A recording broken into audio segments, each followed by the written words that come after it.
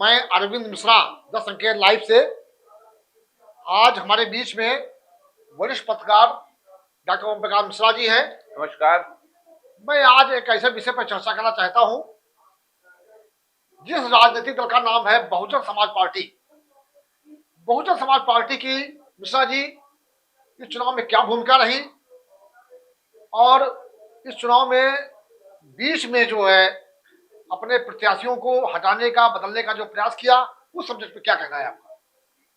Bahujan Samaj party 2024 के लोकसभा चुनाव में अपने अस्तित्व की लड़ाई लड़ रही है।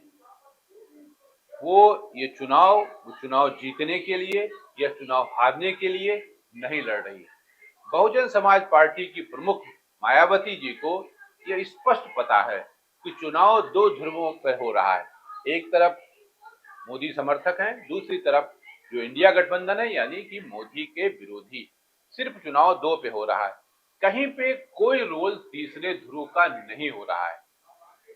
इससे पहले मायावती जी ये सोच रही थी और समझ रही थी कि शायद हम एससी और मुस्लिम की कॉम्बिनेशन को लेकर कुछ नया कर देंगे उत्तर प्रदेश में, लेकिन ऐसा होता दिखता नहीं है। अब एक चरण शेष बचा है, एक सिंगल फेज बचा है जो 1 जून को होना है। उसमें भी बहुजन समाज पार्टी कुछ कर पाएगी, मुझे बिल्कुल नहीं लगता है।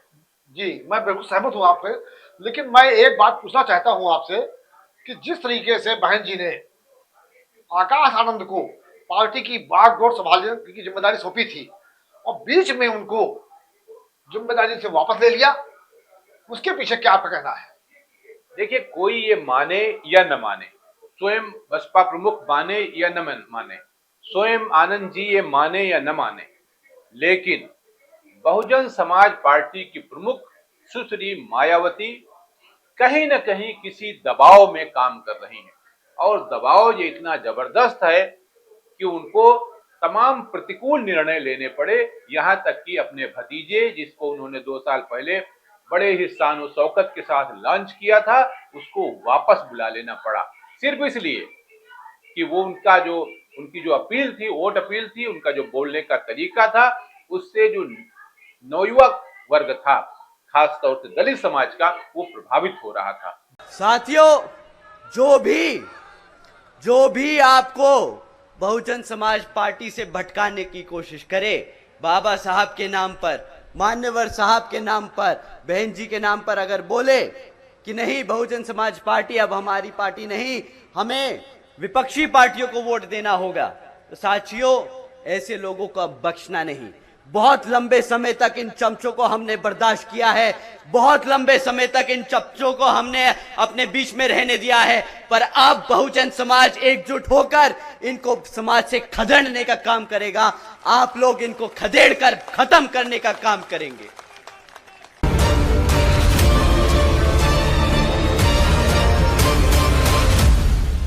जी बिल्कुल ठीक बात है।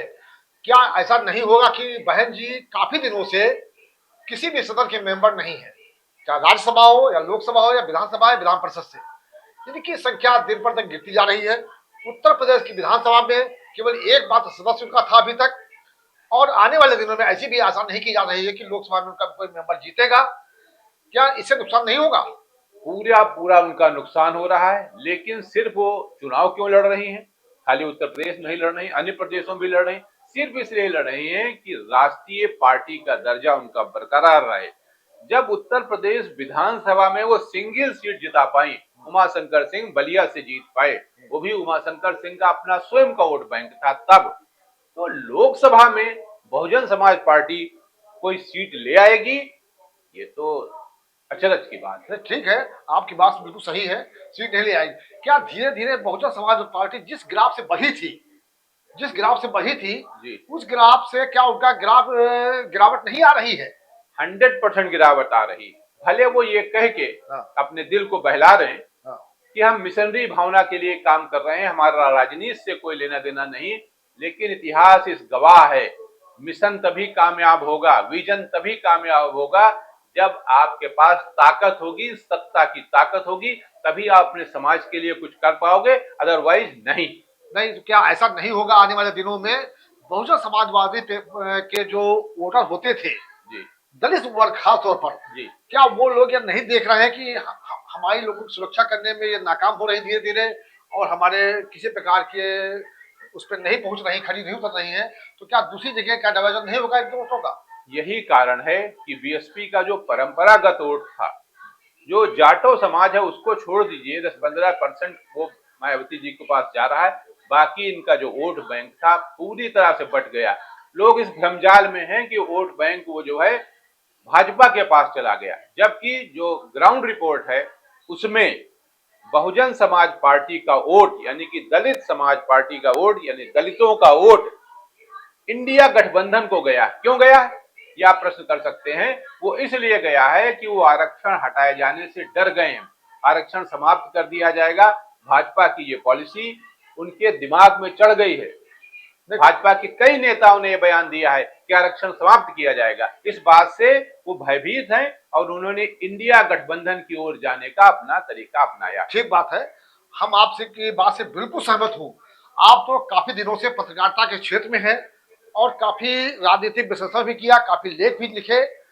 मैं जानना चाहता हूँ, जब मायावती जी पहली बार सन 95 में मुख्यमंत्री बनी जी भारतीय जनता पार्टी के समर्थन से, जी फिर धीरे धीरे आती गई जाती गई और ग्राफ बढ़ता गया, फिर उन्होंने सहजों हिताय सजो सुखाय के नाम पर सभी दल के लोगों को रोका, मिलाया अपनी पार्टी पे, फिर धीरे धीरे लोग आते गए। आज मायावती का जो ग्राफ गिर रहा है, उसके पीछे जो अभी आप आगे बताए हैं, क्या मूल कारण, क्या आगे कभी गिरावट बढ़ोतरी इसमें हो सकती है? देखिए, मायावती जी को मैं अच्छी से समझता हूं। मैंने उनके ऊपर एक किताब लिखी थी, सर्व समाज की मसीहा कुमारी मायावती, इसलिए मैं उनके बारे में अच्छा से समझ सकता हूं, अच्छा से बोल सकता हूं। अब जब तक आकाश आनंद को फ्रंट पर लड़ने के लिए नहीं भेजा जाएगा, तब तक बहुजन समाज पार्टी में कोई आमूल चूल परिवर्तन नहीं आने वाला है। जिस पोजीशन में है उनका डाउनफॉल निश्चित है और वो और नीचे होती चली जाएंगी। क्या ऐसा तो नहीं है कि मायावती जी इसके पिछले चुनाव में पहले सभी ऊंची जातियों के लोगों को मिलाने का प्रयास किया, क्या उससे उसका नुकसान हुआ या फायदा हुआ? त्वरित फायदा भले हुआ हो, लेकिन इस बार प्रयास उन्होंने इस बार भी किया है। कई जगह पे वो भाजपा को डैमेज करने की कोशिश उन्होंने किया, कई जगह पे इंडिया गठबंधन को डैमेज करने की कोशिश किया, लेकिन वो कुछ डैमेज हो नहीं पाया है। मैंने जो पूछा वो ये मैं पूछ रहा हूँ, क्या जी ब्राह्मण समाज के लोगों को जब जोड़ा था, जी उस समय क्या दलित समाज के लोगों को कैसा लगा था? देखिए, वो राजनीतिक महत्वाकांक्षी थी, सत्ता था। दलित समाज के लोगों को लगा कि खाली दलितों के सहारे मायावती जी सरकार नहीं बना सकती, इसलिए जो ब्राह्मण समाज था, जो और सवर्ण समाज के लोग थे, वो उनके साथ जुड़े, उनको सत्ता प्राप्त हुई। लेकिन इस बार ऐसा नहीं हो रहा है, वो समाज ऑलरेडी कहीं जा रहा है और जा चुका है। तो इसका मतलब हम इसको क्या माने कि अगर चुनाव होता है और वोट किस करोड़ बैठेगा, आगामी 4 जून को जो रिजल्ट आ रहा है, जी अगर लोकसभा में किसी को बहुमत नहीं आता है, जी और इन केस राजनीति में सब कुछ संभव है, जी अगर बीएसपी को 1-2 सीट, 1 सीट मिलती है, 2 सीट मिलती है, नहीं मिलती है, जी तो इनका झुकाव क्या रहेगा? देखिए, अभी तक जो संभावना ये है कि उनको कोई सीट नहीं मिल पा रही है, और अगर 1-2 सीट उनको मिल जाती है तो जिस तरह की गणित चल रही, जिस तरह की चर्चाएं चल रही हैं, वो एनडीए गठबंधन को अपना समर्थन दे सकती हैं।